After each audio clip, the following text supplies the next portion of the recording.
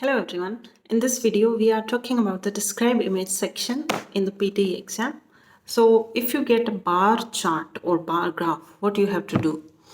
It's the easiest thing. What you have to do is just speak that the two color vertical bar graph or multicolor vertical bar graph shows information on the topic that is written over there.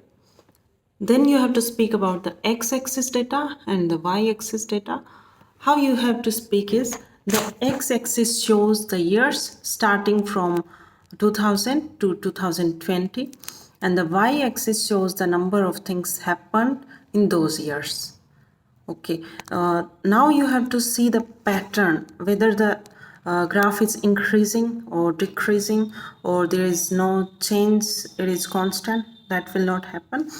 There will be something. So what you have to speak is like the data, the graph undoubtedly showed an increased pattern where the bar's length steadily increases over the years mentioned in the picture. Now you have to mention what happened as the years passed, and in the end this happened. Okay, that will be more than enough to speak in 40 seconds.